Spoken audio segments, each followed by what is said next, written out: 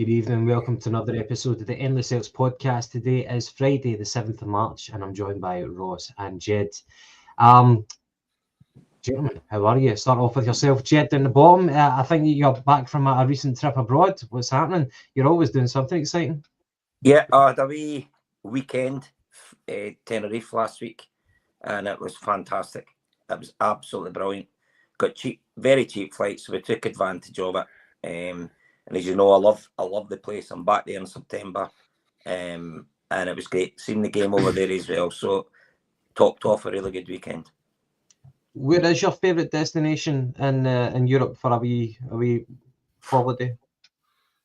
To me, definitely. Well, Galway is one of my favourite places, but I just love Tenerife. I love everything about it. Because I've been going quite a bit now, you get to know the bar staff, the owners, the restaurants you like going to, and they recognise you when you come back, and they make you feel so welcome.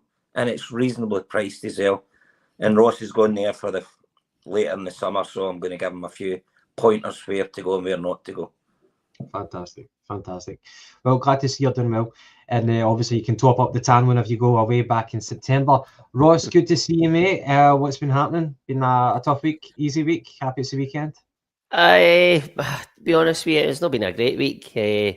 Few challenges, but listen, nothing that we couldn't overcome. It was work-wise, a couple of mishaps with the van, but other than that, been all right.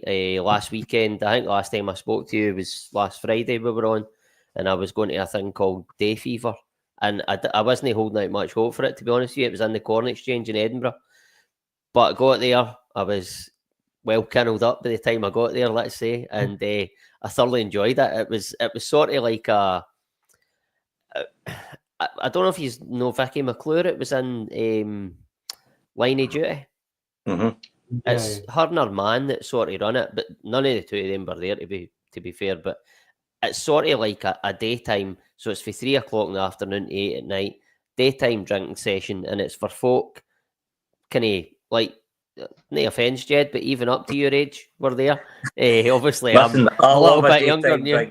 I love a daytime drink. But it was just that it wasn't even like there was no tables or that. It was just a dance, but it was like 80s, 90s, noughties, probably more so 80s, 90s music, and they had a big screen and behind the DJ, and they were play like old music videos and old adverts and stuff like that. So it was quite nostalgic. It was a really good day. As I say, I didn't hold out much hope for it before I went, but I would certainly go back, and I would recommend it for somebody around their ages. Ross, talking about nostalgic music, I wouldn't have you down as a modern day music man. If you were to pick one particular decade that you like cheesy pop, which one would you go for? Cheesy pop? Don't know. I would probably have to just go 90s. 90s, but a Backstreet Boys? Don't mind a bit of Backstreet Boys. Is that a euphemism? Not at all. It is now. I didn't mind a bit of Backstreet Boys. I was partially a wee bit of Blue back in the day. But I mean, not now, but back in the day, growing up, finding your way in the world. I loved a bit of 90s pop, man, back in the day. I couldn't stand the likes of Boyzone and Westlife when they were out, and NSYNC and Backstreet Boys. Like, at that point, it wasn't cool to like them, and I couldn't stand the kind of manufactured bands. But I think nowadays, whenever you kind of listen back to stuff like that, it's impossible not to kind of like tap your feet or whatever. Anyway, to the people in the comments, thank you so much for tuning in. I hope you have had a good week, and hope that continues on to the weekend. We've got Red Scotland in the house, a red flag. Don't know what the red flag signifies, but please let us know. Dale for the Celtic supporters podcast are just going on and on and on, and they're doing really, really well. So big props to you. And it's just the three of us tonight. Get a straightforward podcast. Thank you for the offer for a guest. But I think some of us have due to get our dinner after this. So it won't be a 3-hour marathon like it was last Friday. But thanks anyway for tuning in. Hope you're doing well, Dale. And to San Fran, again, thank you very much for tuning in whenever you can. It's good to hear from you. You haven't been. Cork is a good town, lads. Cork is fantastic. San Fran, you're bang on, mate. that is another great destination for a weekend. Mm. Better than Dublin, in my opinion. Aye, well, that's probably the more real Ireland, isn't it? Cork, Yeah. Dublin's probably not reflective of like what the true Ireland is. Two famous people for Cork, Roy Keane and Mr. Michael Collins, I believe, yeah. And Adam Idah and Celtic are going to be travelling to Cork actually in the summer for a wee pre-season friendly. I wonder if any of the senior players will make an appearance, but it would always be nice if you do see a couple of the big names. Anyway, guys, before we actually get into one of the main topics of discussion for tonight, which is Celtic and Hibs, and it's a massive game in the calendar for Celtic. A lot has been leading up to this. We'll be talking about that. We will be talking about the VAR decisions that Willie Collum has been discussing. I think that podcast was released today with Gordon Duncan, who presents the Super Scoreboard, so we can dissect that. And there was a wee interview with Kasper Schmeichel on Gary Neville's Stick to Football podcast. So I thought we could maybe dissect a couple of things that was brought up there. Before we do that, though, we've been treated to some brilliant games in the Champions League this week. I watched this was on the Wednesday night, PSG and Liverpool. And for all intents and purposes, it looked like it was going to peter out to nothing each draw. And I was saying to myself, because my missus was watching the game with me. I was watching it on my own. So I was thinking, if this is a nothing each game, it'll be one of the most entertaining nothing each games I have watched for a long time. And it was PSG were all over them. Alisson, the goalkeeper for Liverpool, was having one of the best seasons of his life. One of the best games of his life. He was keeping everything, but PSG, they looked so different to what they were like under Mbappe and Neymar. It's funny how whenever you get rid of the egos and you kind of strip it back and you think about what makes a good team, they've got a lot of French people, they've got a lot of young people, and they're all just playing together. And it was really, really nice to see, because beforehand, I've never enjoyed watching PSG because they have been a manufactured team. And although they still have that physical superiority, or sort of the financial superiority over a lot of teams, it was actually quite nice to see that the way they were playing and the way that Luis Enrique's got them set up. But in the end, it finished 1-0 to Liverpool. A smash and grab. It was a brilliant game. Did any of you guys actually watch it? Aye, I watched it. I think you sort of summed the game up really well. Totally agree with what you've said on PSG. I always, as much as they had the superstars, you always looked at them and thought, it's not a team. It's 11 individuals. Well, not 11 individuals, but there were certainly more individuals than you would want in your team. And that's why they always came up short at this level. I think they maybe only made the final once up until now. I think Bayern Munich beat them in that. But it's the first time I've watched PSG this season. By all accounts, they had a kind of shaky start. Listen, they were probably still top of the French league, but they weren't firing on all cylinders. But in the last sort of 3 months, they've sort of picked up results and really started coming together as a team. And I think Liverpool, who have been playing brilliant, they probably feel quite aggrieved to have drawn PSG, given that they finished top of the league. But listen, PSG deserves so much more out of that game. Liverpool, very experienced operators at this level, and it was a smash and grab, and you could see it coming. I think I don't know if it was our group chat or one of the other ones I'm in, I'd put in that you could feel, you felt like Liverpool were going to get a goal. And I mean, true to form and my betting form, I put on Mohamed Salah to score the next goal, and within probably 3 minutes of me sticking a fiver on that, he was hauled off and his replacement scored the winner. Brilliant. That's just how my betting life is going at the minute. It's just not happening for me. Mm-hmm. Yeah. By the way, that tie is not over. Liverpool could not get out their own half in that game. In the first and second half, of the first touch and Mo Salah had totally deserted them. But I was very, very impressed with him, and I honestly don't think it's obviously Liverpool's favourites to win at home, but I wouldn't be surprised if PSG pull a result out of the bag. Aye, well, one goal completely changes it. You know, it's back to. And the way goals don't count now as well. Aye, exactly. I mean, in PSG's favour, if they score an early goal, then you know it's all square, everything to play for. The Real Madrid game in Atletico was a really, really interesting game. It's funny, Real Madrid, they just come alive in individual moments, despite the fact that they've got a quality probably to control a game. Atletico, they had at times it seemed like they had most of the possession, and that was in the Bernabeu. I think it finished 2-1 on the night for Real Madrid. But again, everything to play for. Going back to Atletico's ground. Who do you guys fancy winning the tournament? Obviously, you've got Real Madrid, you've got Liverpool as well, and their opponents, they're not out, of course. Who else you got? You've got Inter Milan, Barcelona, Bayern Munich, Aston Villa, as San Fran said. I would love to see. I think Dortmund, they're still in with a shout as well. I would love to see a team out of the ordinary to win it. Maybe a Dortmund or an Aston Villa. It would be nice to see one of those type of teams win it, but it's kind of difficult to see past Real Madrid. Barcelona. Yeah.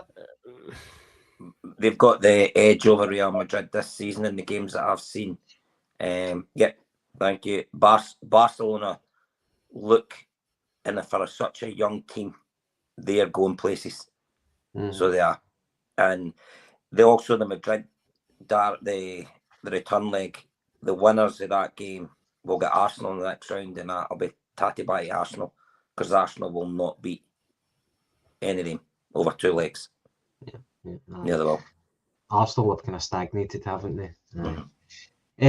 Right, okay, so we will get on to the Celtic and Hibs game. So let's move on to that.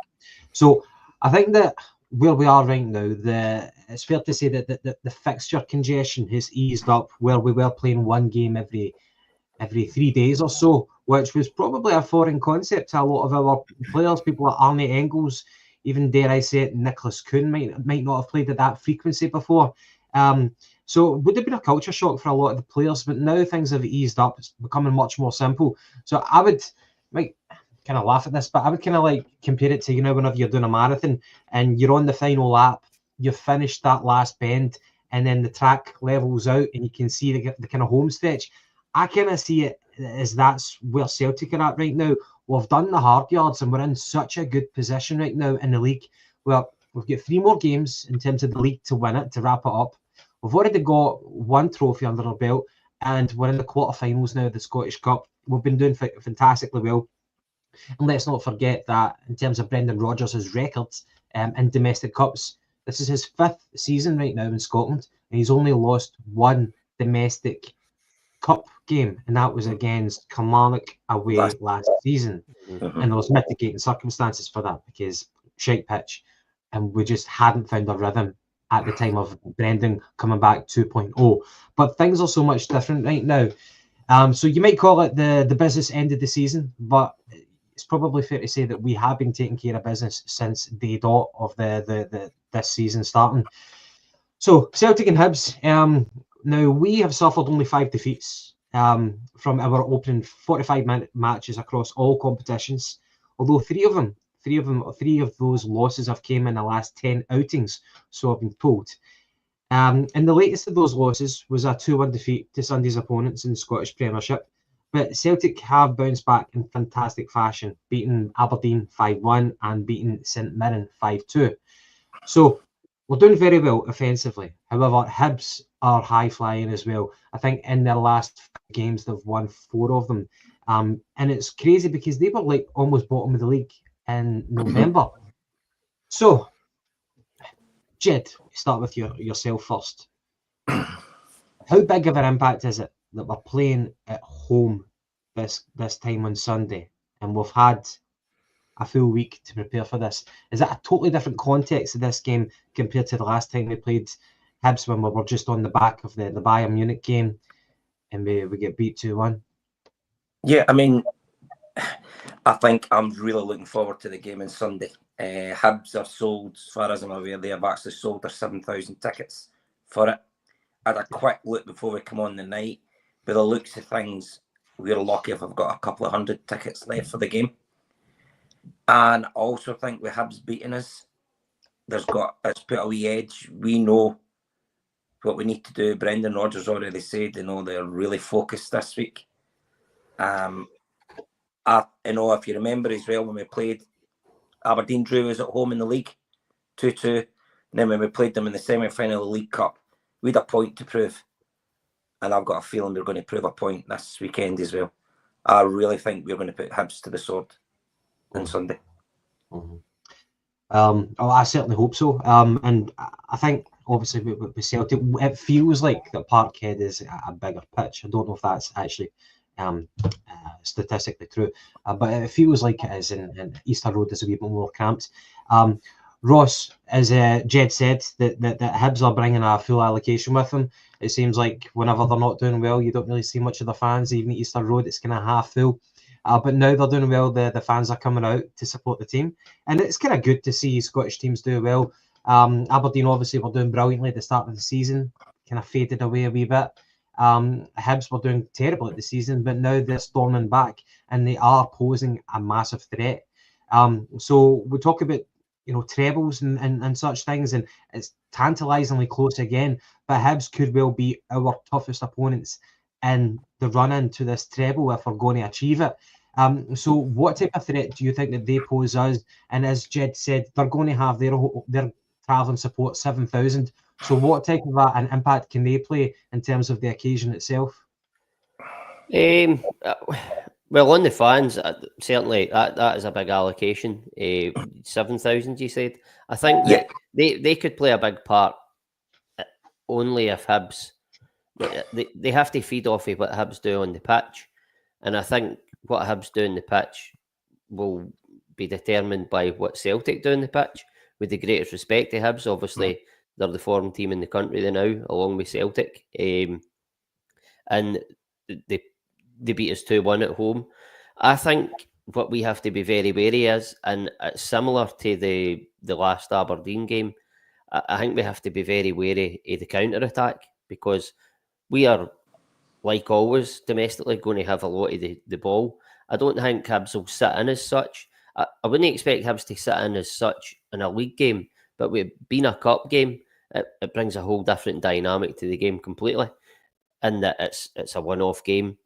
If you lose, you're out. So I think you'll see Hibs probably having more of a go, but I do think that we'll still have the lion's share of the ball, and we'll have to be very careful in the counter-attack. If my memory serves me right, the last time Hibs came to Parkhead, they really used that counter-attack well, albeit they created a lot of chances, but they never took any of them. And I think Celtic, I can't remember what the score was, but I think Celtic won on the day. But listen, it's a tricky tie, and I agree with you. I think it probably, between now and the end of the season, well, certainly between now and if we get to the final, this will probably be, you would expect this game on Sunday to be our toughest test. But all that said, if Celtic turn up at home, I really feel that I would expect us to beat Hibs. I don't know if it'll be 3 or 4, but at the same time, you're looking at, you go, well, off the back of that defeat at Easter Road, the players are probably disappointed with that first half performance. But not only that, then doing what they've done in the second half to get themselves back into the game, and then that being taken away with a decision that we'll probably go on to again later, obviously, because that VAR stuff came out. I think it was the day. But the players, they won't have enjoyed being defeated. Nobody likes getting beat. But when you're doing as well as what Celtic have been doing this season, that sort of a defeat in that manner, and not really turning up for that first half, that'll stick with the Celtic players, and they'll be out with a point to prove, which makes me sort of flip-flop and be on the fence. It's one of the games where I expect Celtic to win, and if they get an early goal, they could win it comfortably, especially with off the back of that defeat at Easter Road. But if they don't get an early goal, I would still expect them to win, but it'll be a tougher test and it'll be a tighter game. But I expect us to be in the semi-final.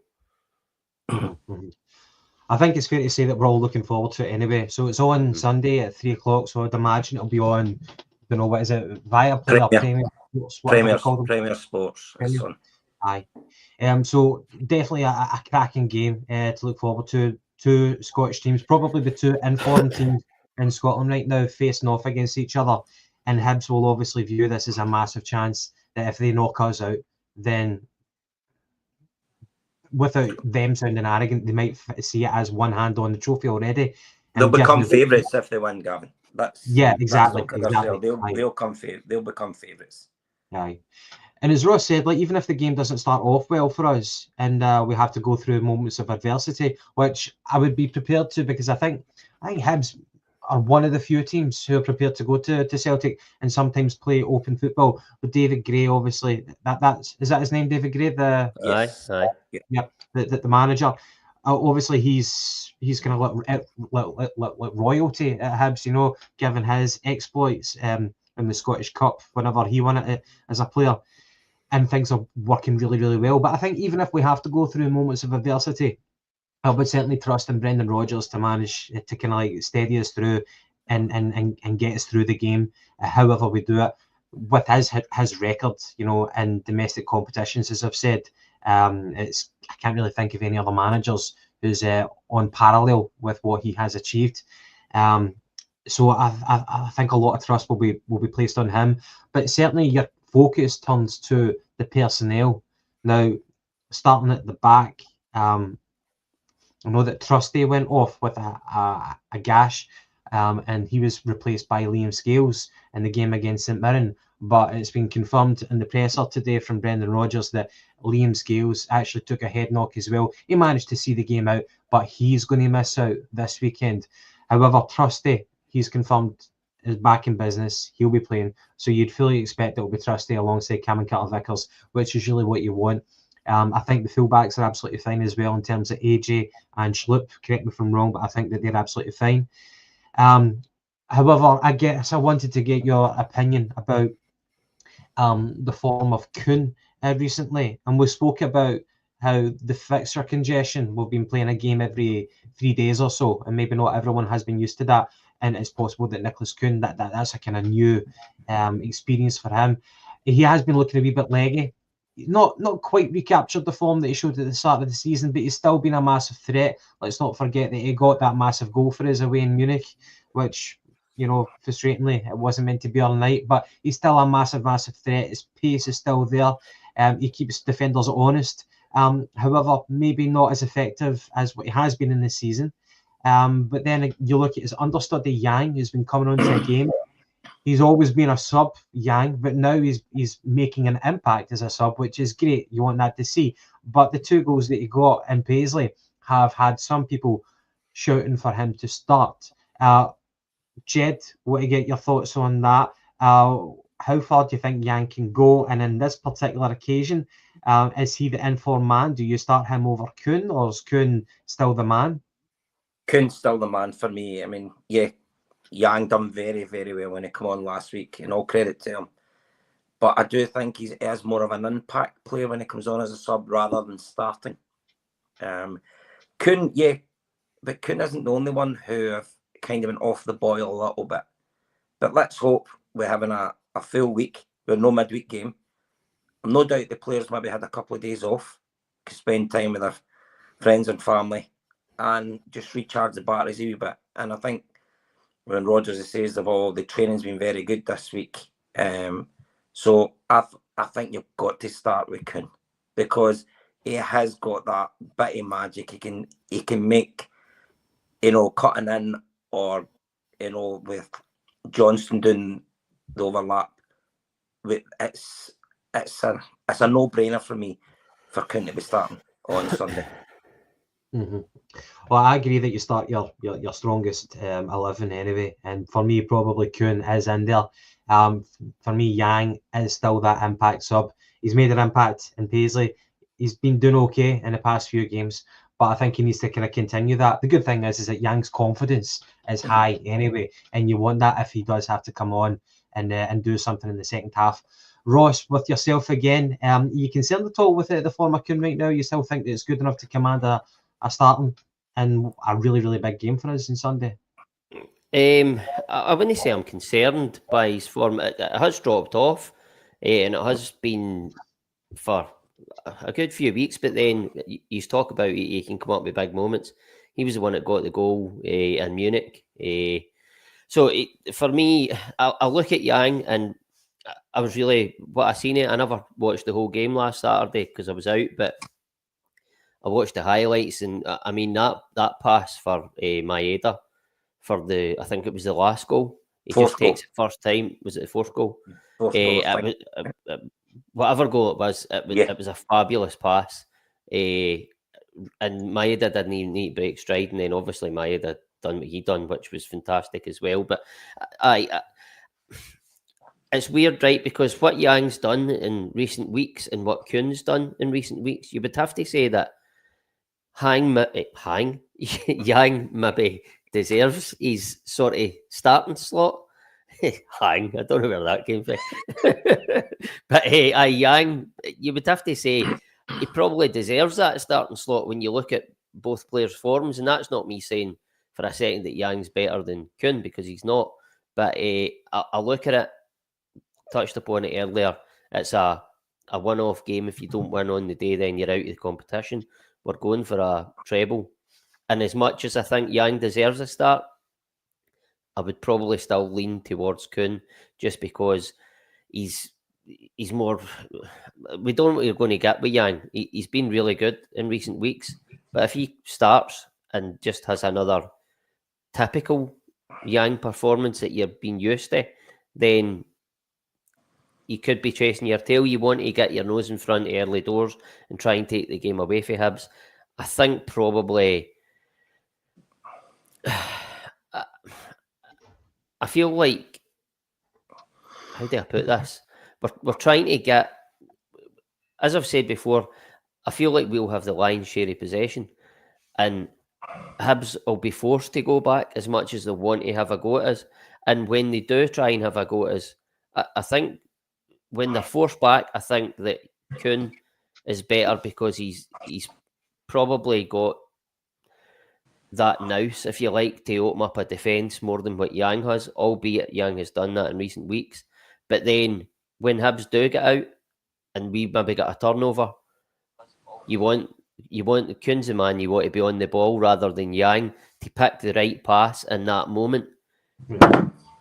For me, that's why Kuhn will get the nod. But again, whatever way the game's going, I expect to see Yang come onto the pitch at some point, and hopefully it's at a point where we're comfortable in the game and he can go and keep flourishing the way he has in recent weeks. If we bring him on and it's a tighter game, then you're loath to do that. But he has come on in recent weeks and still made an impact in the game. So a long-winded way of saying it, but I would start Kuhn. Yeah. See, one thing about Yang, and I don't mean to shit on the guy because he's doing, this is his best kind of period as a Celtic player. See, defensively, I don't think Yang quite understands his responsibilities. And the guys get pace, and Brendan Rodgers was talking about his physicality, and he's got a great attitude. I just think that sometimes he switches off. Whenever we're talking about Hibs and whenever they go on the attack, and they've got speedy players up front, and I think Kuhn is good actually at tracking back and nicking the ball off players and helping out Alistair Johnson. They've got that relationship, that understanding. I don't think Yang is. I think Yang has got the willingness to do it, but I think just sometimes he switches off. Like there was the penalty that wasn't a penalty, which we'll actually talk about whenever we get to the VAR kind of subject.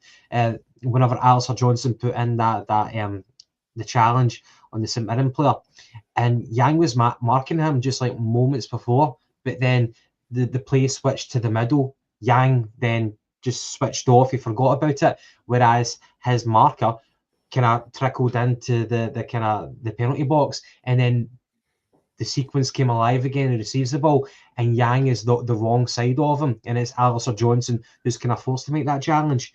And let's not forget that 3-each game at Ibrox, whenever we conceded that goal right at the very end, and it was Yang who, switched off again.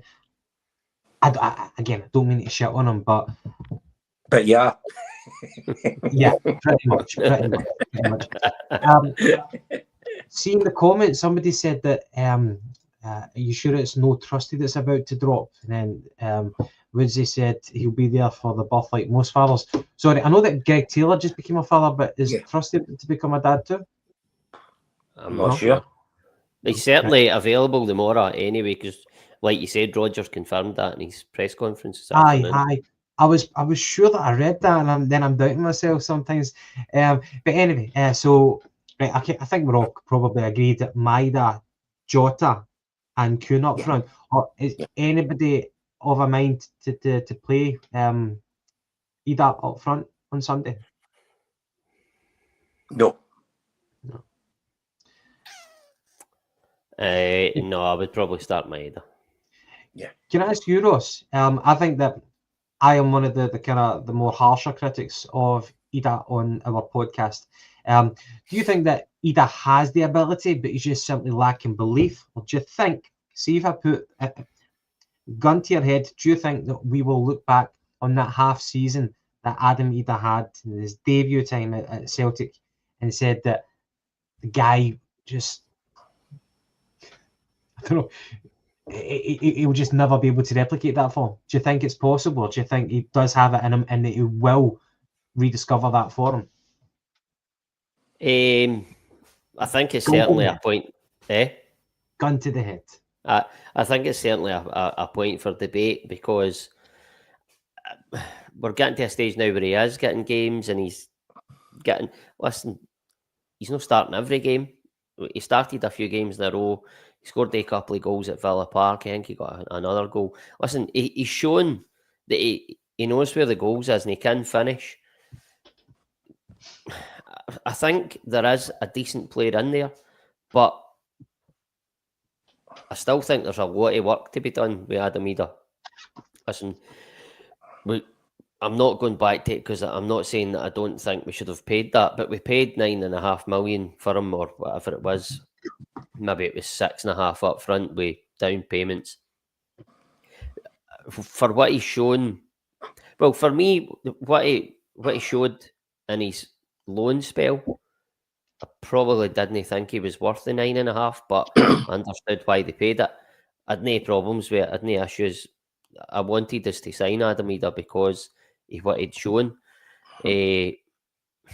I'm really on the fence with him now. I do like him. I think there is a lot of potential there. Brendan Rodgers is obviously, he had that spell working alongside him last season, and then he's had, you could say he's almost had just over a year working with Adam Idah. And has he improved? You would probably have to say he's went back the way. But is there mitigating factors for that? I don't know. I'm Ross, really on the fence. Can I ask you something about it? And you, Gavin. Do you think Idah, the last few games that he started, do you think he's got the service? I personally don't. Who started in the wings when he was playing? It was Maeda and Kuhn. See, I think Idah would maybe benefit more off of Jota than he would off of Maeda. Kuhn, I don't know. I feel like since, what game was it? I think it was the home game against Bayern Munich.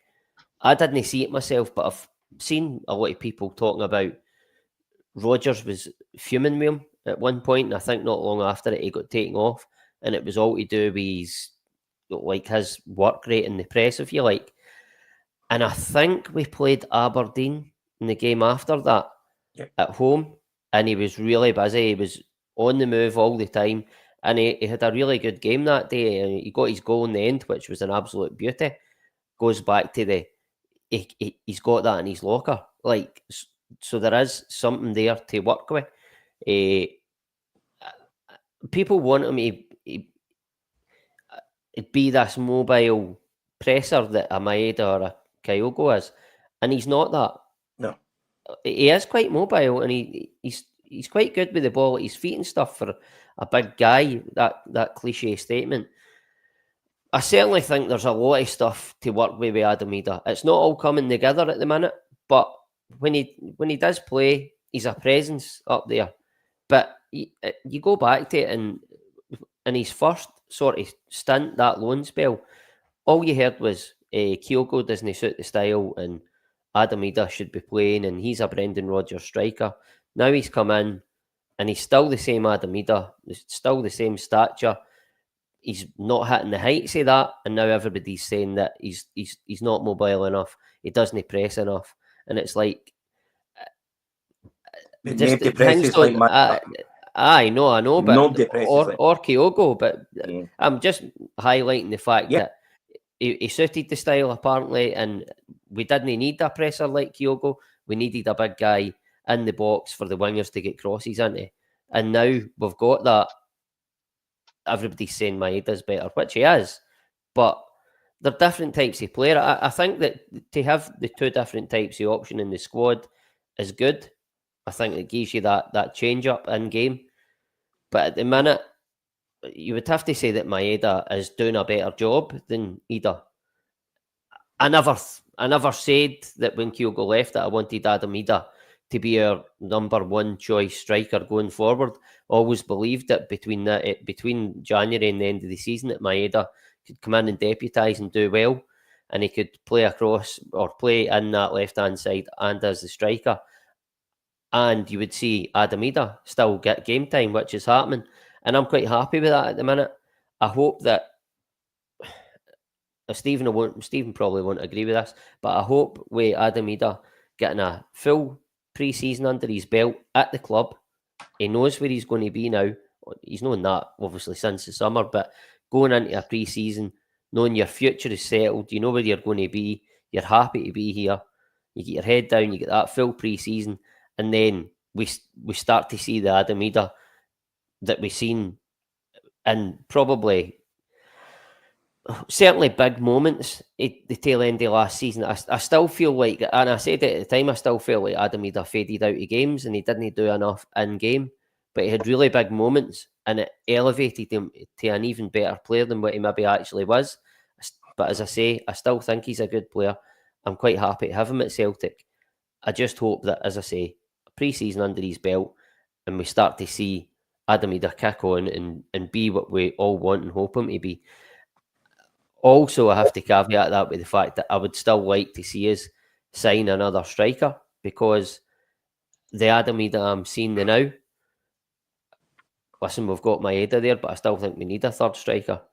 We've probably, at the moment, got better than Adam Idah to play through the middle, but I still think we need someone else, and I still think we could probably sign someone else on the Adam Idah we're watching now that is better than him.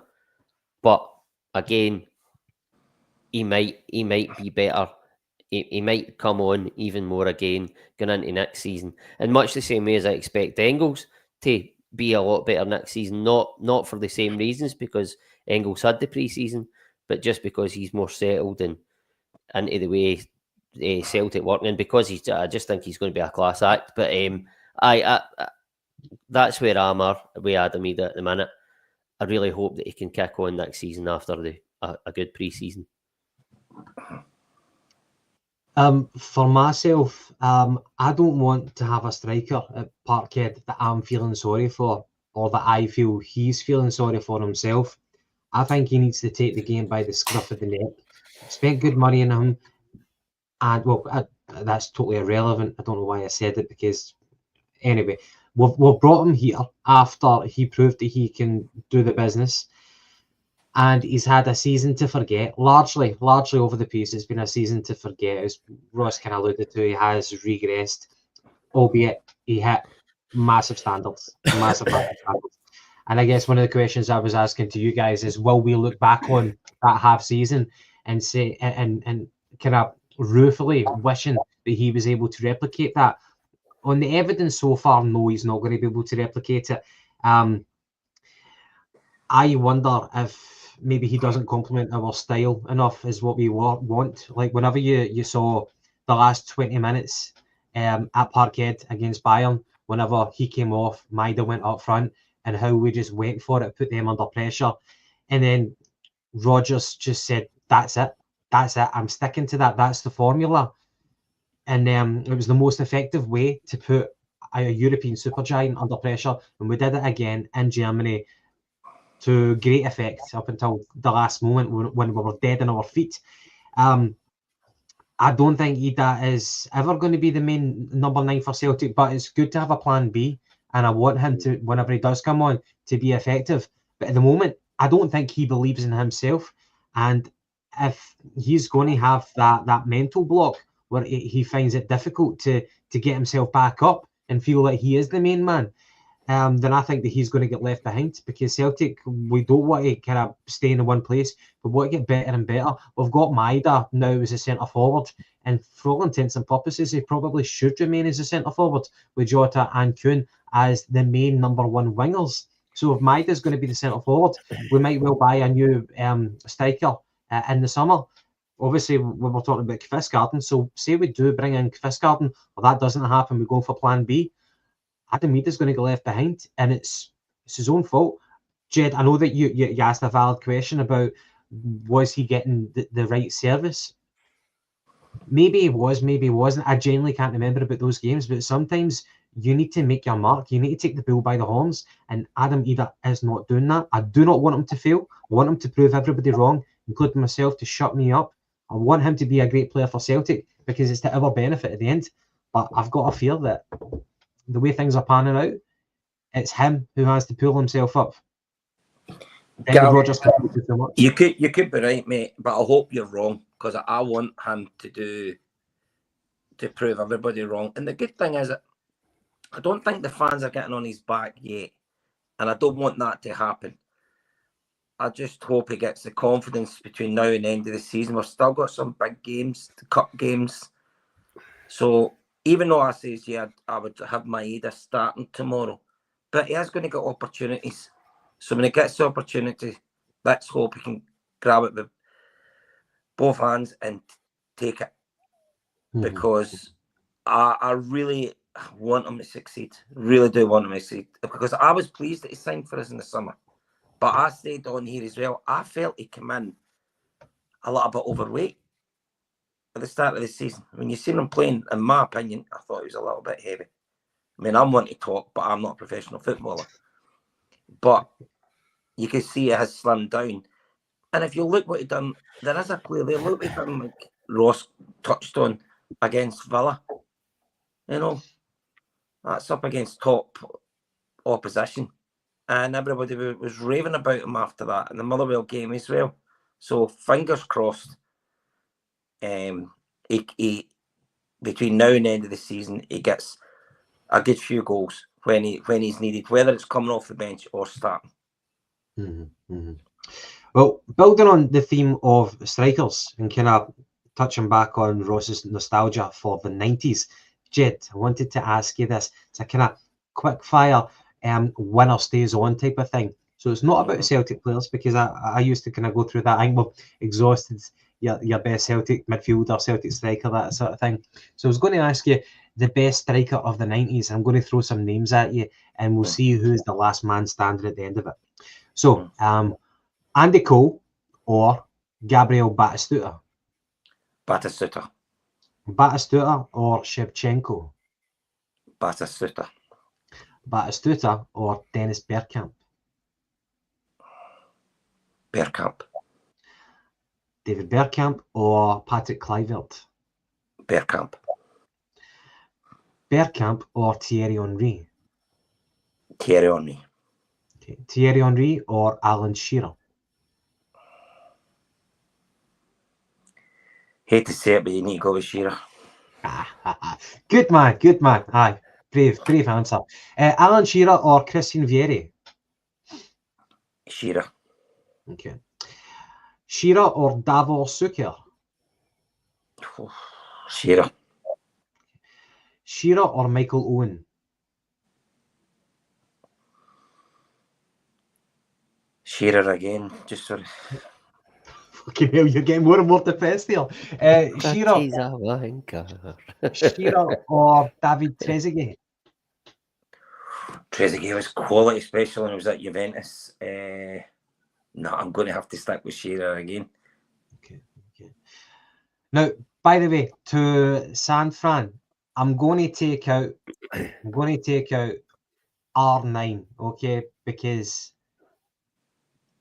it's always going to end up like him, okay. So, so you're still with Shearer over Trezeguet, is that right? Yes, I'm just waiting on a couple of players I've got my back. I hope you're going to ask. Okay. Shearer or Dwight York? Sorry, you just broke off Dwight there. York. Shearer. Yeah, okay. I don't think York probably belongs in that. Shearer or Alessandro Del Piero? Del Piero. Again, he was outstanding when he was at Juventus. We're going for Del Piero, yes? Yeah. Okay. Del Piero or Inzaghi? Del Piero. Okay, and sticking with another Italian player, Del Piero or Gianluca Vialli? Vialli. Right, okay, on to Vialli. He had a brilliant partnership with Mancini in the early 90s. Mm-hmm. Vialli or Morientes? Vialli. Vialli or Robbie Fowler? Fowler. Okay, Fowler or Jurgen Klinsmann? Fowler. Robbie Fowler or Ian Wright? Fowler. Robbie Fowler or Raul? Robbie Fowler. Okay, Fowler or George Weah? Fowler. Big Fowler fan in the house. Fowler or Jean-Pierre Papin? Papin was getting older then, so I'll still stick with Fowler. Okay, Robbie Fowler or Oliver Bierhoff? No, Fowler. Fowler or Romario? Oh, Romario. Just for the Brazilian flair. Romario or his strike partner at Barcelona, Stoichkov? Oh, he was quality. But I'll still stick with Romario. Romario or Eric Cantona? Cantona, okay. And last but not least, Cantona or Van Basten? Van Basten.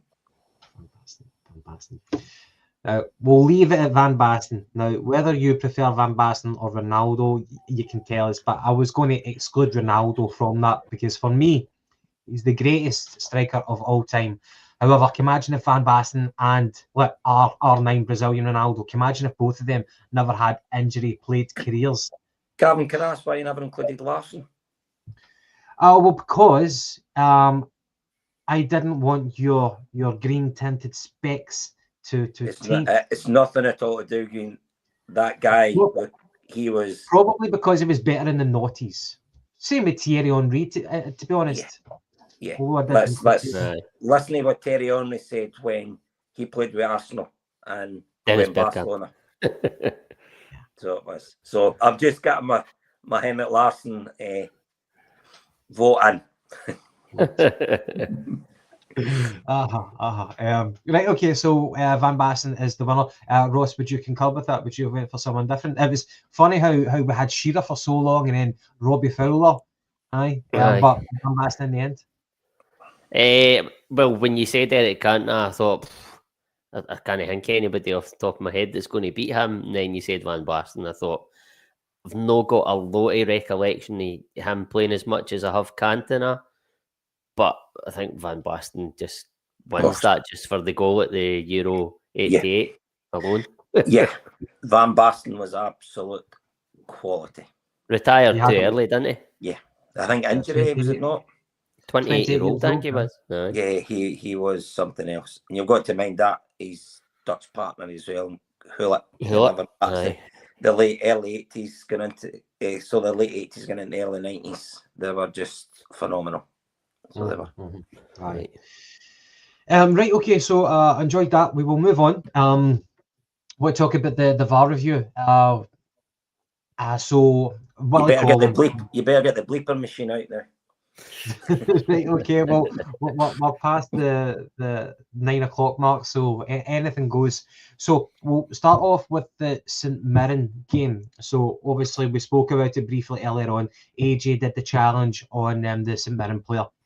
And Willie Collum said that it was a penalty kick. It should have been a penalty kick. He said it was a reckless challenge, and there was a clear difference between touching the ball and playing the ball. He said that whenever AJ made the challenge, although he did touch the ball, it didn't really change the direction of the ball itself. And he, interestingly, he disagreed with the comparison between the Engels and Upamecano challenge, and that the Bayern player clearly played the ball first. But going back to the AJ challenge, he said that it should have been a penalty kick and it should have been a yellow card. I think he said it was a high-end yellow card, or a strong yellow card, a luminous yellow card, but a yellow card nonetheless. And the referee should have given it, but if he didn't, then VAR should have got involved and told him to look at the screen. So, Jed, I'm going to come to you for the next one.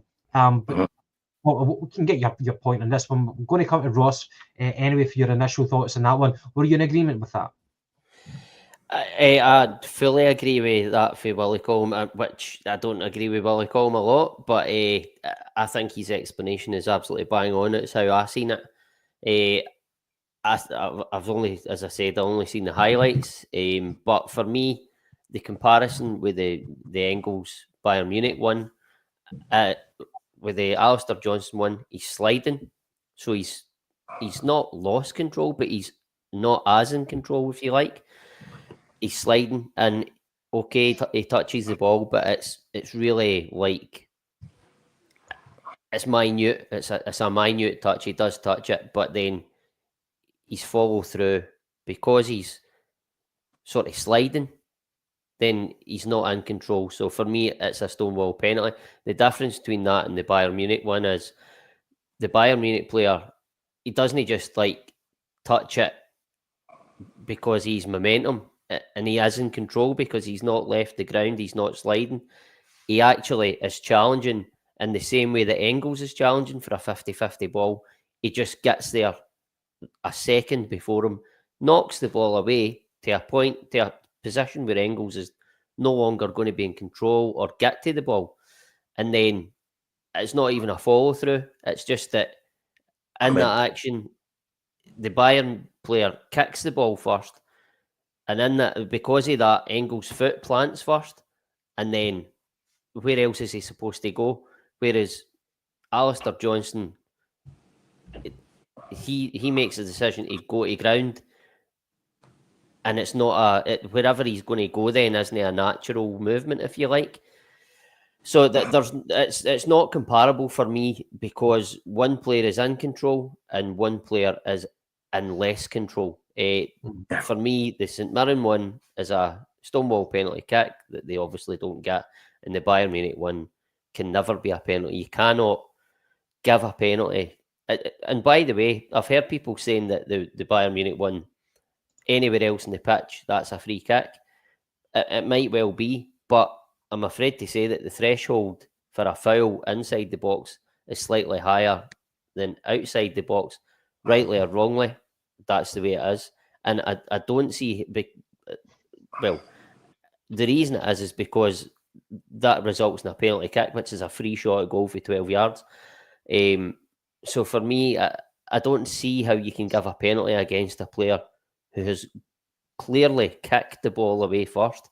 It's a millisecond, but he's won the ball clearly and kicked it away for the Celtic player, where he's not going to be able to affect the game with the ball then. I don't see how you can give a penalty against somebody for that. But the Alistair Johnson one for me is definitely a penalty. Jed, personally, I'm not all that invested in the penalty incident against Bayern Munich. But I agree that you could argue both ways. I would probably have to see it back myself to make a firm stance on it. However, I do think if you are to play devil's advocate, where else you might put your foot after you've played the ball cleanly. But you could argue for it or against it. But the main point, however, was the AJ one. I guess one of the the galling things is the fact that you hear the VAR discussions taking place whenever they're analysing the AJ challenge on the St Mirren player. Yes, we get away with it, but listen to their justification to say he's played the ball, he's won the ball. it's not a penalty, it's not a penalty, and how they just glide away from that, and they allow the on-field decision to remain. For me, watching it back, I'm like, Christ, we really get away with one. And I think the majority of Celtic fans would say that should have been a penalty. So I guess your thoughts on that, if you want to talk about the comparison to the Bayern challenge as well, but just the fact that something as blatant as that can just be allowed to happen, not just by the referee, but by the people with all the camera angles. Yeah, I mean, guys, I think we need to be honest. We're all crying out for VAR to be calling the right decisions. And that was a Stonewall penalty last week for St Mirren. I'm watching in away last weekend, away for the weekend, and watching the bar with all the Celtic fans, and everyone, a man and women there, went, "Oh, that's a penalty." We got away with that. And then if you look at also with the Hibs game at the VAR, they've got to conclude that ball was out. It wasn't. So VAR's been poor, but also on a European level. Let's not even compare the Bayern Munich game. What about the Liverpool game the other night? That was a red card By Kante. Yeah. I mean, I'm watching that and I'm thinking, why is it even going to VAR? It's a push in the back. So there is a lot of inconsistencies still, because it goes down to people's interpretation of the law or opinions. But guys, if the shoe was another foot and that was a Celtic player got tackled like that, like Johnson did, we would be screaming blue murder for a penalty. And we got away with one big time last week. Absolutely. Well, let's move on to probably the more contentious one. And I think it was one where we were all in agreement that and this is the Celtic and Hibs game. Well, we're 2-0 down. We've equalised to go 2 each. The referee rules in our favour that the ball didn't go out of play, and VAR overturns it. Now, the audio has been released today. I don't know if you've managed to listen to it, but it actually kind of made me quite angry. I listened to the speech between Alan Muir, who's the VAR guy, and he's speaking to his assistant VAR guy, and I think basically they have to be unanimous in their verdict for them to actually tell the referee whether it remains or whether it has to be changed. But straight away, the assistant VAR guy is saying potential ball out of play. But the language of Alan Muir is ball out of play. He's quite certain it's out, whereas his assistant, who's maybe a lower rank to him because he's not the main VAR guy, he's the assistant, he's sticking to his guns. He's saying potential ball out of play, whereas Muir is saying ball out of play. And then they're looking at it from another angle and he's saying, what about this one? This looks out of play. What do you think of that one? He says, you can't definitively say it's inconclusive. And then he says, what about this? What about this? What about this? Becoming a wee bit more kind of pushy. And again, the assistant VAR guy is saying, I don't think you can conclusively say that's out of play. And further angles are put on him. And it felt like more pressure. And eventually the guy, if you want to say, he caved in, or maybe he made a professional view and said, okay, from that camera angle, I do agree with you. It was out of play. It could have been pressuring. It sounded to me like it was pressuring. The language used by Alan Muir, it sounded like, I said it in the group chat, something bias. It looked like he was just wanting to say, he was just looking for whatever he could use. He'd already made up his mind and he was just trying to find the most disputable angle to prove his point. It looked like he was bullying his assistant VAR man to agree with him. So, Jed, I think you've obviously been quite emotional about it, just like myself. What was your feelings on the VAR today?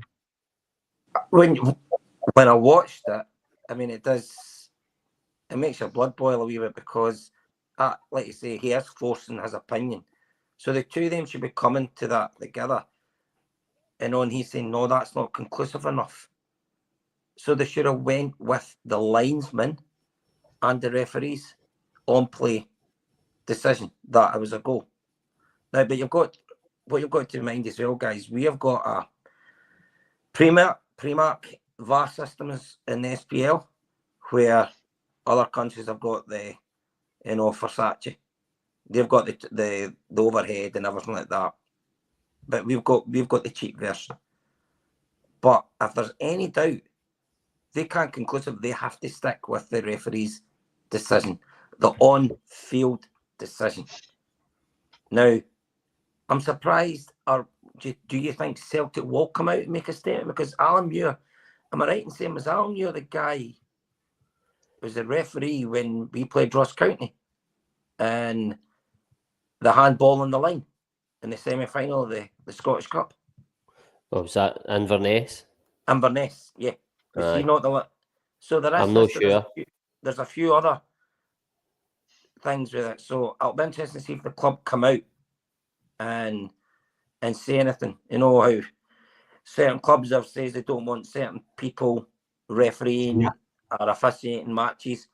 I'm not saying we go down that way, but just maybe come out and say we're really disappointed in that. You know, you've got to stick with the on-field decision there. It's got to be conclusive. That was not conclusive. Thanks, Sam Francois. I thought that. He has got a history, Alan Muir. So it has with the club. Aye, and the phrase that I was searching for was confirmation bias, and it's whenever you've already you know what you want to believe in, and you're just trying to find whatever evidence you can to suit that narrative. I don't think that Muir, just from the transcript, it didn't look like he had an open view, an open mind about this. His assistant sounded far more open-minded about it. But Alan Muir sounded like he knew what way he was leaning, and he was certainly leaning on his assistant VAR colleague to agree with him, just so that he could make the decision, that he could inform the referee that Celtic do not get a goal from this and that they lose this game. Ross, certainly a bit of a contentious, well, not contentious, but a heated one. Certainly something that you can really get annoyed at. Jed makes a point about Celtic potentially releasing a statement just off the back of us getting an award that went in our favour against St Mirren. Perhaps we won't do that, but in any other occasion we'd be very much entitled to do that. So what was your thoughts about hearing the VAR transcript today? Much the same. I wouldn't say I was angry, but I wasn't surprised in the slightest. I feel like it's one thing looking at all the different camera angles to try and come to a decision. Even the last camera angle, that I think it was the one for sort of behind, like as if it was for like on field looking at Johnson, and it did look out. But we all know, it's well known now, we've all seen the clip of Gary Neville doing the one with the camera above the ball and it's slightly on the line, even though for all the other angles it looks out. And for that angle, it looks out, but it isn't a conclusive angle. Because you're not looking along the line, like directly along it or directly down. So it's not conclusive. Therefore, they can't overturn the referee's decision because it has to be, a clear and obvious error. Listen, there was one camera angle that I seen on the day live, and it did look out, but again, it wasn't a conclusive camera angle. Alistair Johnson's kind of body and his foot was in the way. So even with that angle where it's sort of looking along the line, you couldn't make a conclusive decision. The line, you have to go with the linesman referee's decision on field. But as I've said, it's one thing looking at all the camera angles. But as you said, Gavin, it was the language, the way that he went about it. The assistant VAR was, it's not conclusive. He was like, what about this one? What about this one? What about this one? And you could, even in his tone, not only the words he was using, but the tone was like, you're going to give this. You're going to, or you're not going to give this. Do you know what I mean? It was poor. It looked like, it even went beyond the sort of, because you don't like to say somebody's cheating, and it went beyond the unconscious bias. There was certainly, for me, it felt like in his tone and in the language he was using that there was bias to going towards do not let Celtic get back into this game. Listen, I can't say that conclusively, which is ironic, but it didn't paint him in a good light, and I don't want people jumping on and I'm getting abuse and all the rest of it. It's a decision, but it was conclusively the wrong decision to take that goal away from Celtic when you couldn't conclusively say that the ball was out. So it was poor decision and poor language and tone towards his sort of understudy, if you like. It was disappointing. So you guys are betting me. What odds do you give me on Alan Muir being the VAR at the next Celtic Rangers game? Oh, it'll be on some team in some capacity, I would imagine. So aye. Right. So that Stephen will blow up. Yeah. So that is, but it will be interesting. Like I say, we got away with one at St Mirren, and we never got one at Hibs. So does it even itself out? But there's been a lot of occasions. I mean, if you go back, was it last season with the camera angle? Remember we scored the wonder goal at Motherwell, and it was called off because they were having to use a different camera angle. The Jota one. Yeah, it was a joke. So you say there, Jed, does it even itself out? And I get that. Mm-hmm. But for me, listen, I'm asking, does it even itself out? You always hear people saying that. I know. I understand that. But just what I was going to say off the back of that is, it's fair enough to say that. It's because you do have to ask that question. But listen, I'm not privy to what was said in the sort of VAR room at the moment, but it'll probably come out as regards the Alistair Johnson penalty decision. But right now, for me, I don't feel like decisions do even themselves out. But I feel like that decision it wasn't a mistake. There was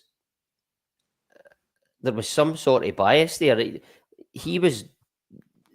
Listen, this is not me talking from a Celtic perspective. If I was another fan, I'd be like, the way he went about that was all wrong. It just felt like he was not giving Celtic that goal. I just feel like, okay, things even themselves out, but that was a decision that he took away from his understudy, and it's a decision that shouldn't have been made. It wasn't a mistake because he knows the rules. He knows that if you can't conclusively overturn it, then you don't do it. He knew in himself that the 3 camera angles, I think it was, that he'd seen, that none of them conclusively said the ball was out. So for me, things do even themselves out, but I feel like that wasn't a fair decision. He didn't make a mistake there. He just wasn't giving Celtic that goal. Yeah, he was quite determined, and you were talking about his tone. He sounded more and more frantic. He really was. So I think we're in total agreement with that. However, in terms of Alan Muir being reprimanded for that, I cannot see it. But it's not a good look whenever you're talking to your colleague like that, and it sounded like he was kind of coercing him to agree with him. I can't Gavin, see nothing's anything. going to happen because they'll turn around and say, well, you've got away with one at St Mirren last week. So, you know what I mean? I know it was more of an opinion where, you know, if we kick up a stink here, they are going to come back and throw the St Mirren one in our face, certainly. Yeah. Aye. And from Brown Warrior, he says that I feel that venting out with Celtic tends to come in games after we've already put the game to bed. Seldom does it affect us positively late in games, though the AG one for me was a penalty. And in terms of the St Mirren one, obviously, the decision went in our favour, but they would have brought it back to 3 each at that point, and I think there was still a good 25 minutes or whatever remaining in that game anyway. Whereas the one with Hibs, it was right at the death, you know. So that was probably far more punishing, that particular decision. However, we will move on until the next one. We'll move on. So guys, I wanted to speak to you about the interview And I don't know if any of you are a fan of it or anybody in the comments is a fan of it. Gary Neville's podcast, it's Stick to Football. And I think it's pretty good, actually. I do try and watch it whenever I can. And this time they had Kasper Schmeichel on, another kind of Man U connection type guest, which they're always berated for. But Kasper Schmeichel, he was on for over an hour, talking away to the panel, to Carragher, to Wright, to Neville and Keane, and the Jill Scott, I think her name is. Aye. No. Is it Jill Scott? Is it Jill Scott? Mm-hmm. Aye, Jill Scott. I thought he came across really well. He's what, 38, coming up for 39 right now, but he spoke really, really well, and I think he always kind of has done that, quite comfortable in front of the cameras.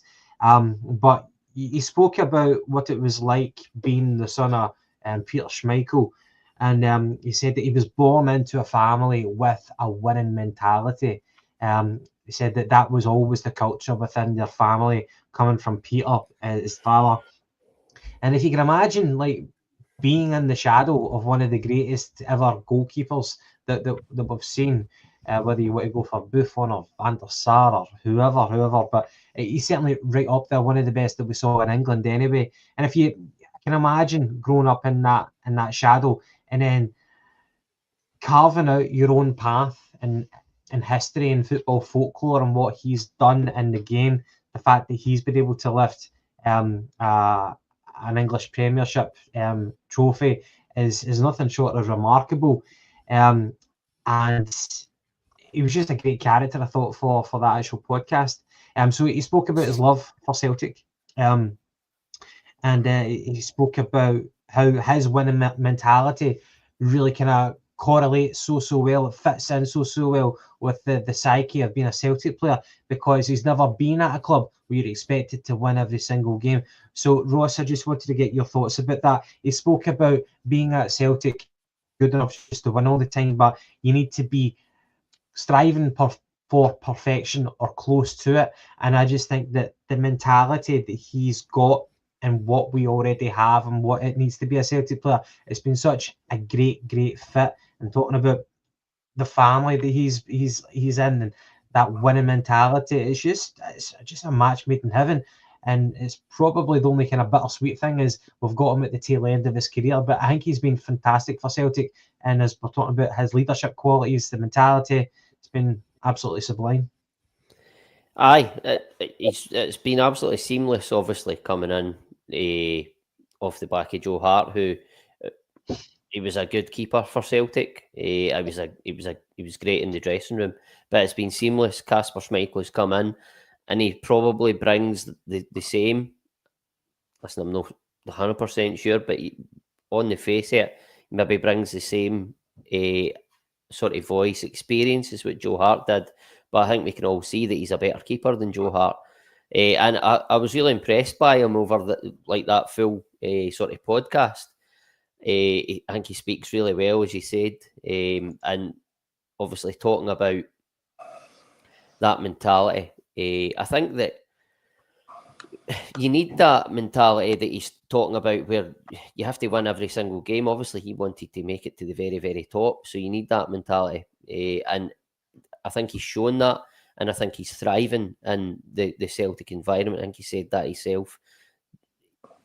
As you said, he's never had that. Obviously, like say, he was at Leicester, Leeds. He went to, was it a Belgian team? Anderlecht. He was in Anderlecht. Anderlecht. He went there as well.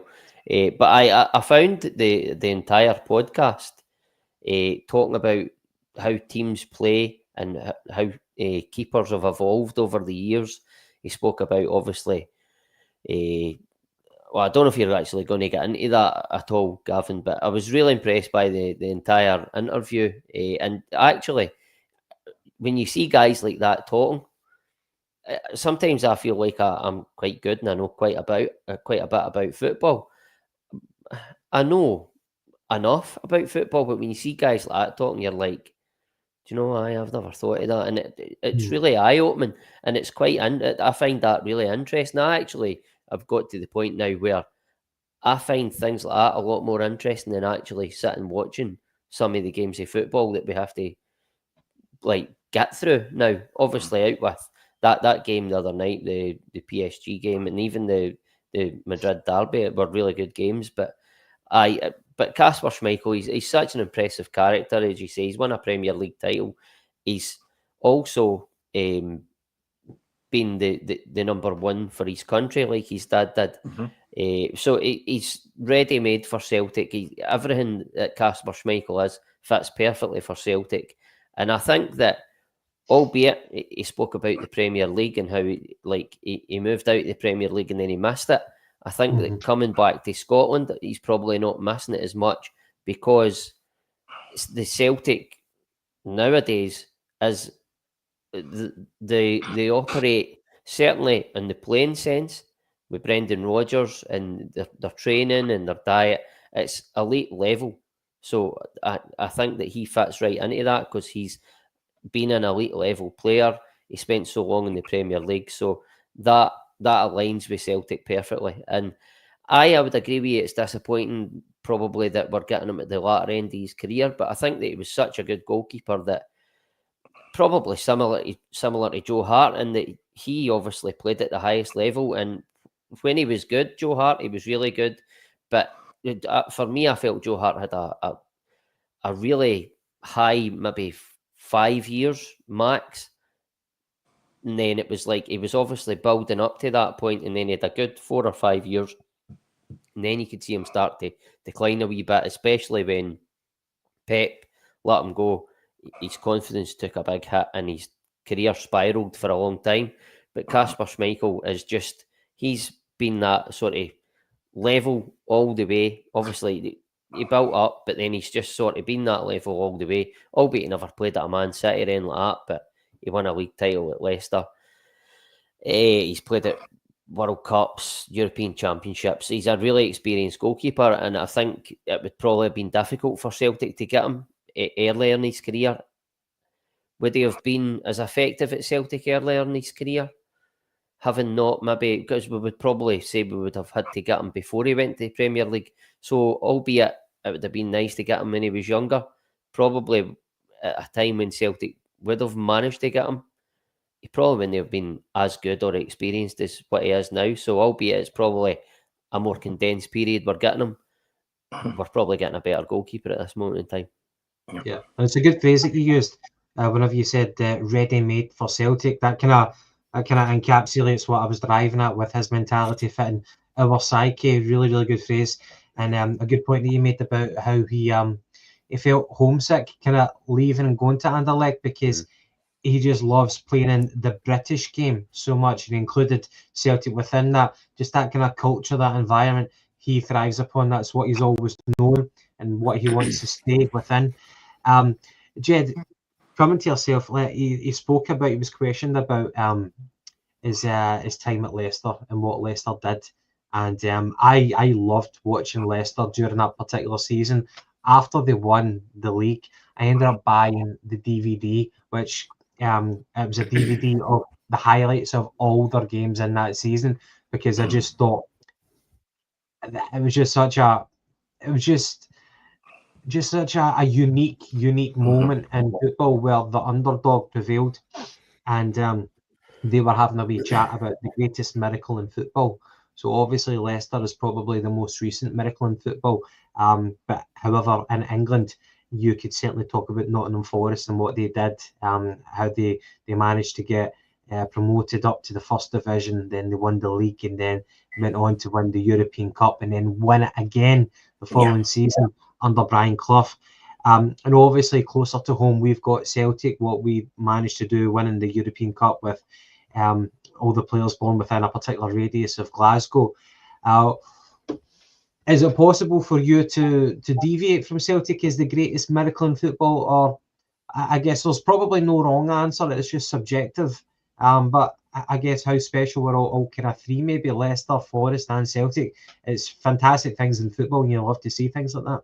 Yeah, I mean, in general football, certain things stand out for me over the years. And yeah, the Leicester winning the league, and I think everybody from a neutral point of view were wanting them to do well for Jan Yerry's sake as well. when they done it. But guys, we're lucky to have Schmeichel for a keeper of that experience to come. Yes, he's 38. Guys, if he wants, he's got another couple of years in him at least. Craig Gordon's what now, 41? Mm-hmm.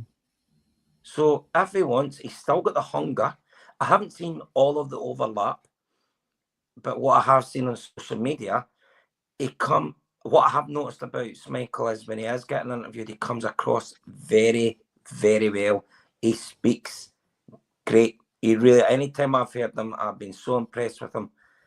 And there was another podcast or whatever, I think, is it Ben Foster, the goalkeeper? Yeah. He's on his one. And he spoke about how Brendan Rodgers, he always kept in touch with him, texts and everything like that. And then they were back and forth with messages, and they got a message saying, Kasper, have you got 10 minutes for a chat? And he was ready to go on a family holiday. So he says, yeah, I phoned him, we had a wee chat. And he says, within 10 minutes, the deal was done for me to sign for Celtic. And he say, and it, like you touched on earlier, it was the winning mentality. He mentions like Federer and who's the famous American football player? Tom Brady. Tom Brady speaks about him, how the winning mentality, and that's what he likes, So even feels when he's been at Celtic, it's brought his game on, because it's not just a case of winning. We want to win by more. How can I improve? Can I improve my kicking? Can I improve my throwouts? Can I improve my positioning? So he's given himself wee targets in each game. And that is what he's loving. He's came to a club with this mentality, and he's never been part of something like that. And that's a different type of pressure altogether. But if he wants, and if the club want him, he could be here for another few years. And guys, if you look as well, I'm sure it was a Club Bruges game when the own goal went in for Carter Vickers. It wasn't Callum McGregor that got the players together. It was Kasper Schmeichel. He hugged all the players in. That there is a leader. And I noticed that at the game.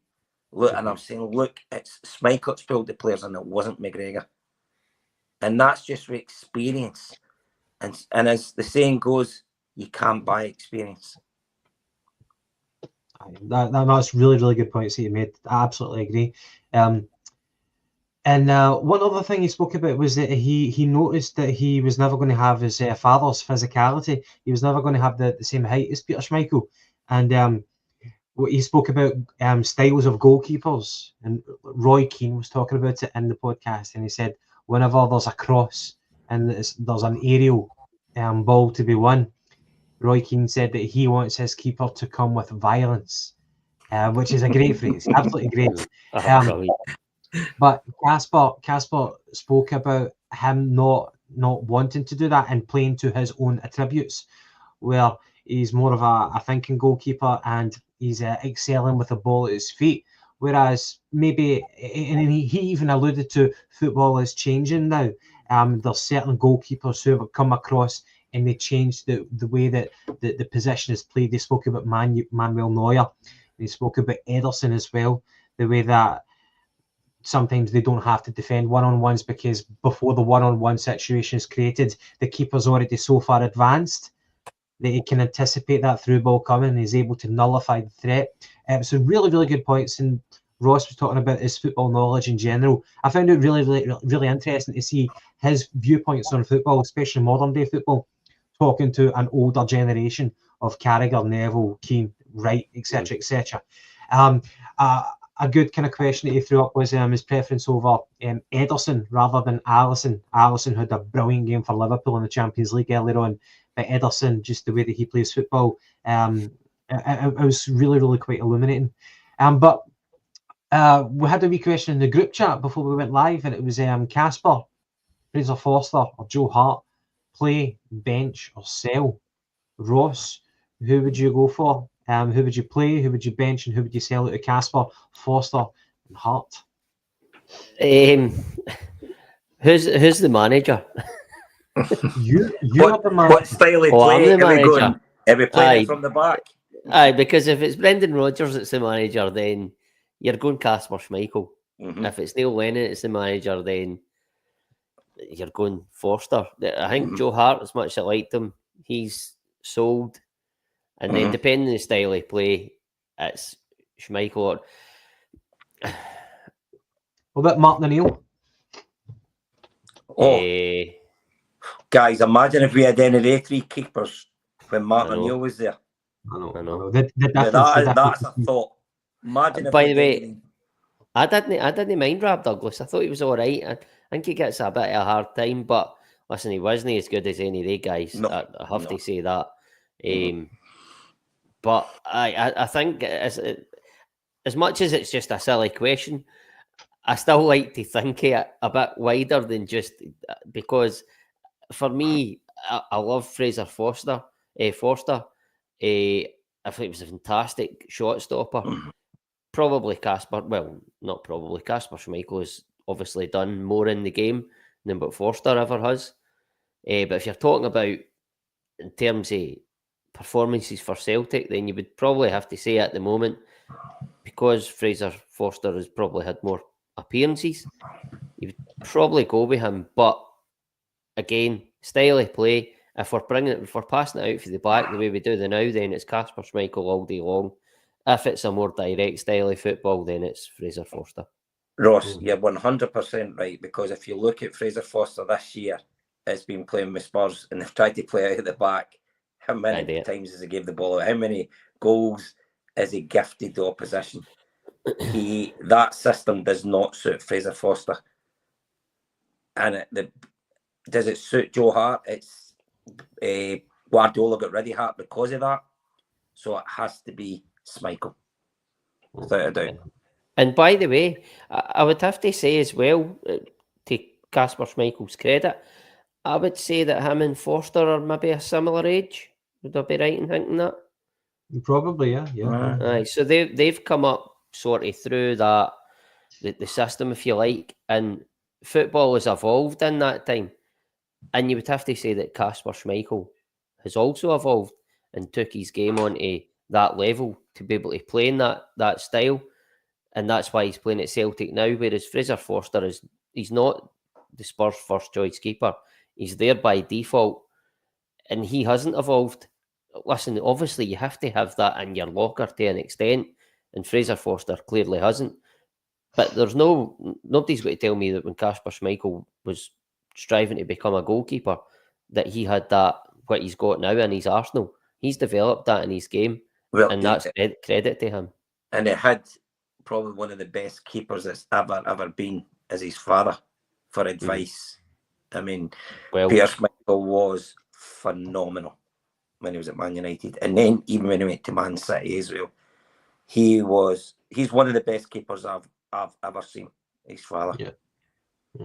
It was interesting. I don't know, Ross, if you're about to kind of carry on. It's you take the reins, kid. It was interesting because one of the questions was asked, like, did you ever have a discussion with your father to say, this is what I want to do, but I want you just to be my dad. I don't want you to be my coach. But if you think about it, probably a great example is the Chris Eubank Jr. and Chris Eubank Sr. Yeah. And for a long time in his career, Chris Eubank Sr. was in his corner, giving him instructions, talking over his coach, just, too many chefs, that sort of thing. And sometimes it's much more simple if you take away your father from being your coach and just let the father be the father, and you can just work on your own coaches. He spoke that he had Tim Flowers as his own coach. I think it was him. So Kasper Schmeichel, he had Tim Flowers as his own coach, who was the Blackburn goalkeeper, I think, whenever they won the Premiership back in the mid-90s. And he said that he had the best of coaches anyway in his professional career. He never needed his father for that. But what he wanted was just his dad to be his dad. It would have kind of changed the dynamic. It would have blurred the lines if Peter was becoming too instructive in his professional career. But really, really good points in that. And it was just a great interview. And I guess we're kind of lucky to have Kasper. So I guess we're on the 90-minute mark, the hour and a half mark. So probably an appropriate time to finish up. There is one lingering question I wanted to ask you guys. It doesn't have to be a protracted question. Jed, will Celtic take their foot off the gas once the league has been wrapped up? And with a particular game in mind, the reverse fixture at Ibrox, I don't want us to do what maybe Angelo to happen at Parkhead, albeit I'm talking about the Ibrox game where we get scudded 3-0. I don't want us to take the foot off the gas. I want us to prove a point. I want us to beat Rangers on the 16th of March, but I also want us to go to Ibrox and show them to take out the oxygen from their hopes for next season, which they always seem to do. I want us to show them that we are the better team, that we're the best team in Scotland, and we always will be. I want us to exert our dominance. So how important is it that Celtic win the reverse fixture at Ibrox, in your opinion? Yeah, it's very important.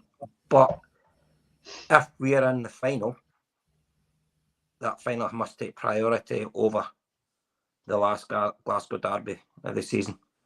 But of course you want to win. You want to go and beat them in their own backyard. They'll want to come and beat us next week to prove a point. Look, let's be honest, guys. The league's done, but it would be great to get out with a bang, win the next two derbies, and then move on to which we all hope is a final in May, where we have our 9th treble in the club's history.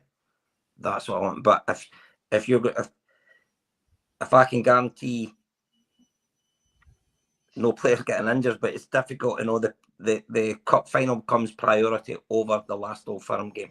Old Firm game, the Glasgow derby. That is true.